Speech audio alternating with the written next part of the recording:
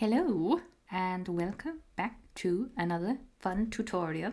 And today we're doing a 70 centimeter by 50 centimeter canvas. White base is already down and I'm coming in here, not in the direct center in a puddle, but in a line. Ta-da! And the first color we're coming in here with is purple. The next color I'm coming in here then with is a lighter purple. It's ultramarine violet.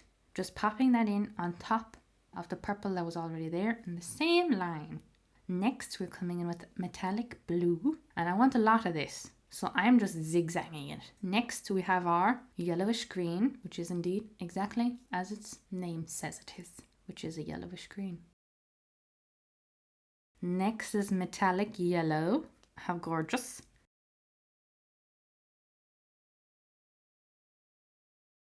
I'm following it up with gold because I love metallics. I'm putting on quite a lot and I'm just zigzagging the gold there as well and then letting it run down through the middle.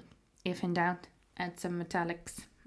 And now I'm just coming back in with more of the colours, and this is the ultramarine violet, a nice light purple.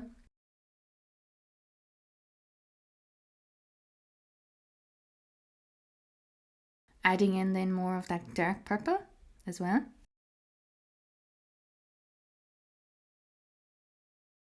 More yellowish green.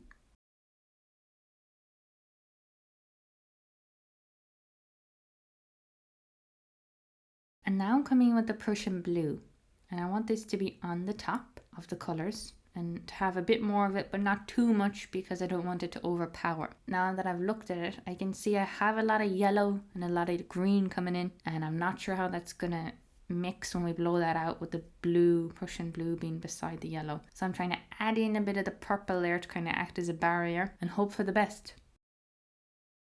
Just adding some more gold again because I'm like slightly panicking at the amount of yellow and green that's there and hoping I haven't ruined it with my excited paint pouring. As most times, we have to add on more of our base around wherever we've poured on our paint, because when we blow it out, we want it to just be able to flow effortlessly and we won't lose any of our beautiful pattern or any of our beautiful colours if we have enough of the base on. And here we go. We are blowing it out, but we're blowing it out from the center. So do you see what I mean there? I'm trying to keep that Prussian blue, the dark blue, in the center, and I'm trying to blow out from that. So we get this nice darkness in the center and beautiful colors blowing out. And I'm trying to blow it out here without leaving any gaps in between each section, that there'll be no white base coming through. That's my kind of goal for this section here. I'm perfect. And now I'm just evening it out there. And voila.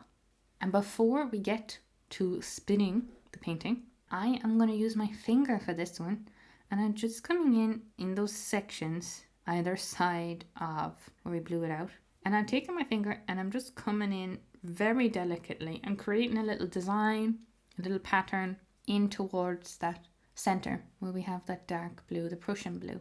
And once I've done that here for most of the sections, now we get to spin it out and see how that goes.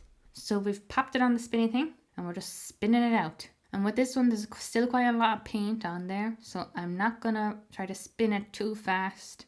Just spin it a little bit and we'll see how it looks. It looks beautiful. I love the Prussian blue in the center, but I can tell that that blue kind of center is askewed. It's not directly in the middle, and I would like to see a bit more balance there. So because the paint is still wet and still movable, I'm just tilting it.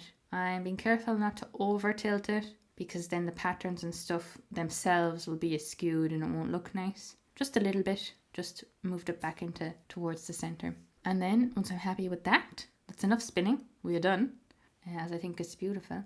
I'm popping it back onto my table and I'm adding in little designs with my palette knife here and there, wherever I just wanted to add a bit more definition, a bit more detail, so your eyes would be drawn more into the Prussian blue there. And so I'm just working with it as I see it, what comes up, where I feel, oh, I'd like to add a little squiggle there. And that's what I'm doing for this section. It's actually a very fun process to do. This is just like a little flick. It's very intuitive. You could use anything really. It doesn't have to be a palette knife. You could use a pencil if you wanted to. you know, whatever works. You could use something that's thicker as well, so it would give more of an effect, of an impact. Experiment. That's what it's all about. And this is it. It looks beautiful, right? Very colourful, so much colour. So the yellow that you're seeing is metallic yellow. The light blue that you're seeing is also metallic. And we have little sections, segments that you can kind of make out where the gold is, but there's not a whole lot. There's no real solid gold there that we can see. I love the fact that we still have 2 other metallic colours as well that really make it pop. It's looking really lovely. And you can see how the colours have changed. They're really enriched. Now it's a lot more obvious with the metallics. So that is it, guys, for today's video. Thank you very much for watching. I hope you have a lovely weekend or a lovely day whenever you end up watching this. And I will see you again next Friday. Bye.